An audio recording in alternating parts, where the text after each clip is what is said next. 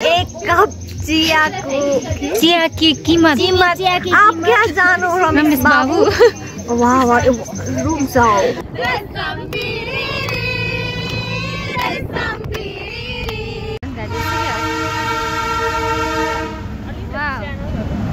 हामी चाहिँ बिहान 5 बजे उठेर घुम्न जाँदैछौँ। कहाँ जाँदैछौँ अब भिडियोमा हेर्नु होला।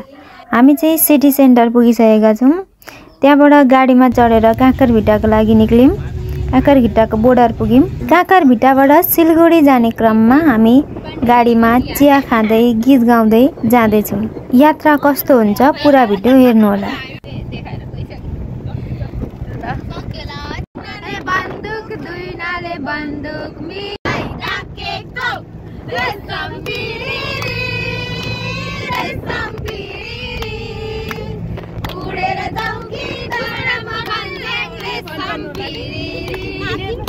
हामी चाहिँ दार्जिलिङ मोडमा ओर्लेर दार्जिलिङ जाने गाडीमा चढेर अब हामीलाई जाँदैछौँ दार्जिलिङ। सिलिगुडीबाट दार्जिलिङ चाहिँ 77 किलोमिटरको दूरीमा रहेको छ।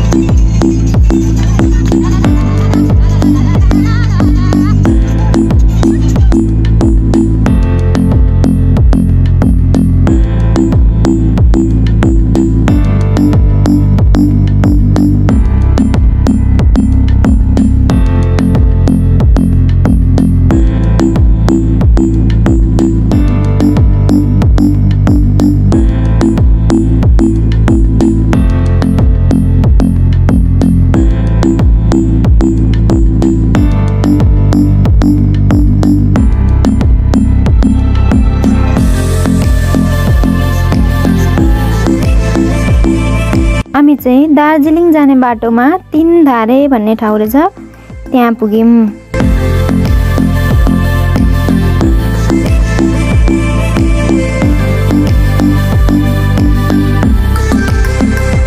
बाटोमा जाँदा मैले जे देखेँ म तपाईहरुलाई त्यही देखाउने कोसिस गर्छु।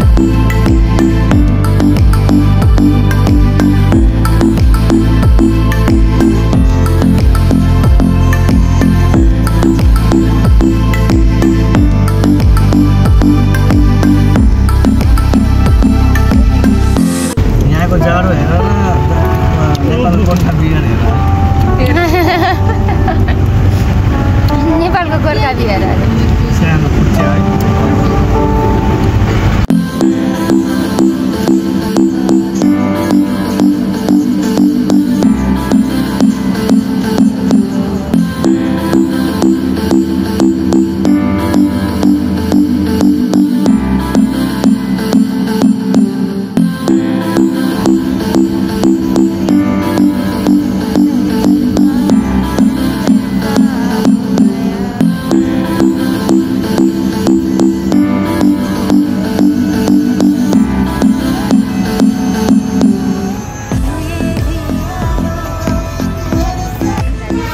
वाओ फाइनली ट्रेन देख्न पाइयो।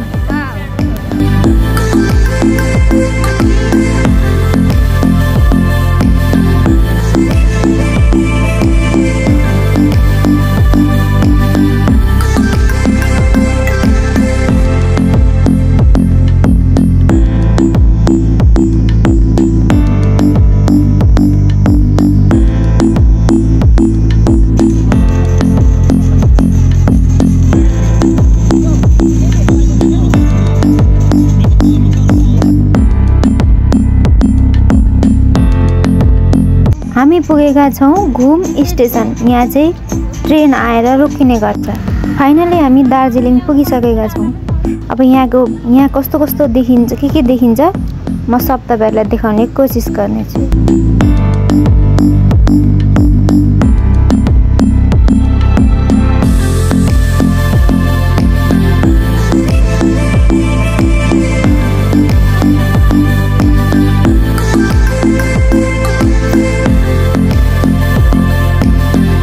हामी चाहिँ दार्जिलिङको बजार घुम्ने क्रममा त्यहाँ सरस मेला 2025 लागिरहेको रहेछ, त्यहाँ पनि गयौँ।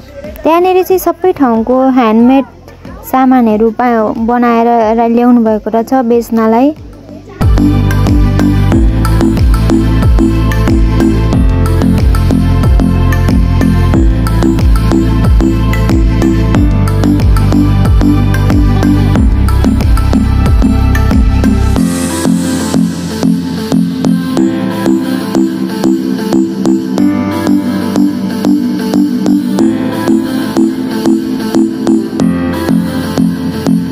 दार्जिलिङ घुम्ने क्रममा हामी चाहिँ पुगेका छौँ गोर्खाल्यान्ड क्षेत्रीय प्रशासन कार्यालय।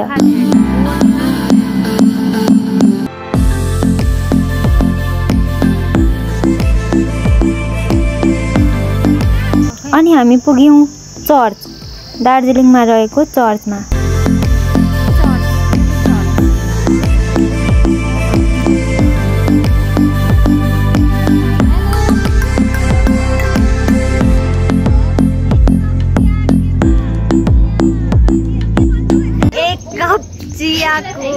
चिया की कीमत आप क्या जानो रमेश बाबू।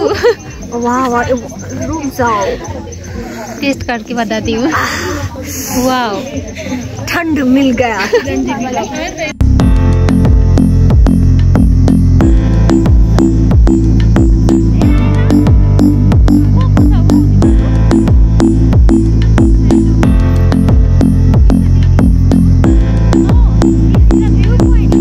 अनि हामीले त्यहाँ भानुभक्त आचार्यको शालिग देख्यौँ। रातिको समयमा दार्जिलिङको चौरास्ता बजार। Thank you for watching. Next video is coming soon.